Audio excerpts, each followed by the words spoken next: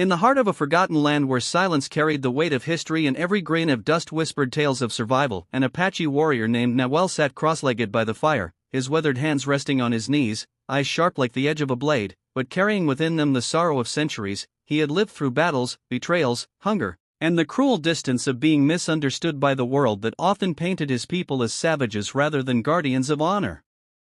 And yet, despite his scars, his soul still longed for kindness and truth, and on this particular evening, as twilight bled into night, he found himself staring at a plate of food handed to him by a stranger whose smile seemed too forced to trust, and though his stomach growled with the ferocity of days gone unfed, his instinct whispered caution. Yet before he could act, a trembling voice pierced the air. "Don't eat, the man put something in your food." And when Nahuel turned, his gaze met the wide, terrified eyes of a little girl, no more than 9, barefoot and pale with exhaustion, her hair tangled as though it had not been combed in weeks, her dress torn at the hem, but her voice was strong, desperate, and filled with a courage that seemed far older than her small body. And in that single moment the world paused, the fire crackled louder than usual, and Nahuel's heart, hardened by loss, softened at the thought that a child had risked herself to save him, though he had never seen her before. The stranger who had offered the food glared at her with venom, muttered under his breath, and stormed off into the darkness, leaving behind only the poisoned dish and the thick air of suspicion. And Nahuel, instead of touching the plate, pushed it away with the back of his hand, then turned his attention to the girl who had just altered the course of his night, perhaps even his life, for in her trembling frame he saw more than a warning. He saw innocence surviving cruelty, a flower pushing through stone, and he asked softly, "Why did you tell me this, Pequeña? You could have stayed silent." The girl hesitated, tears brimming in her eyes as though she had been holding them in for years, and whispered, "Because someone should have warned me once, but no one did, and I lost everything." Those words struck Nahuel deeper than any arrow, for they were not the words of a child but of a wounded soul who had seen too much too soon, and as he studied her, he realized she carried an invisible weight heavier than hunger, the burden of abandonment, betrayal, and loneliness. And though she was a stranger, she reminded him of his younger sister who had died long ago because no one had spoken up for her in time. Compassion surged through Nahuel, and without thinking he pulled the girl closer, wrapping his strong arms around her fragile frame, and she clung to him as though he were the first safe harbor she had found in an endless storm, her sobs soaking into his chest. And in that embrace something extraordinary happened, not just comfort, but a transfer of strength, of hope, of life itself, as though her brokenness was stitched together by his steadiness and his emptiness was filled by her trust. Over the following days, Nahuel chose not to let her vanish like a passing shadow but to keep her by his side, and he learned her name was Alma, a name that meant soul, which felt fitting, for she was indeed the soul he had been missing.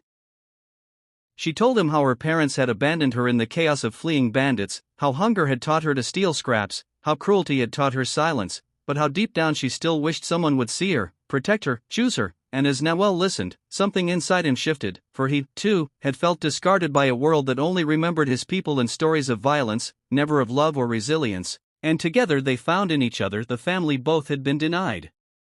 Yet life did not let them rest easily. One evening, the same stranger returned, not alone this time but with men who carried the glint of greed in their eyes, determined to finish what they had begun. And though Nahuel could fight, he knew that fighting would only lead to blood, so instead he stood tall, shielding Alma behind him, and spoke words he had not used in years, words of wisdom rather than war, reminding the men that taking from the weak only made them weaker, that betrayal would never fill their emptiness, and though at first they laughed, something in his voice, firm yet laced with truth, unsettled them, and as the tension thickened, Alma stepped forward despite his protective arm and said with a clarity that silenced the night, "You tried to poison him, but he forgave you. He didn't seek revenge, he just walked away.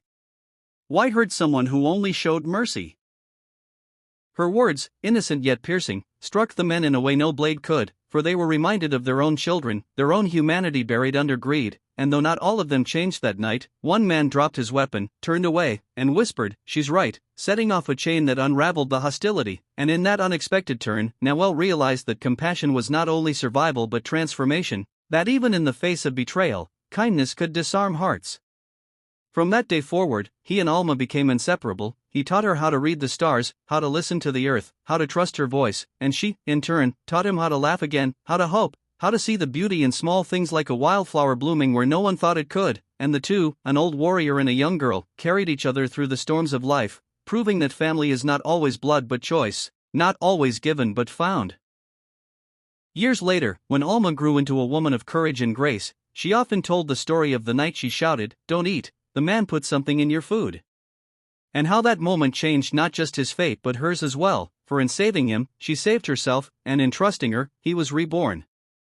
Their story spread, carried by voices who long for hope, reminding people across lands and generations that sometimes the smallest act, speaking up, protecting another, choosing mercy over vengeance, can ripple into eternity. And the lesson was clear: true strength is not in the hand that strikes but in the heart that forgives, not in silence but in the voice that dares to warn, even when it trembles.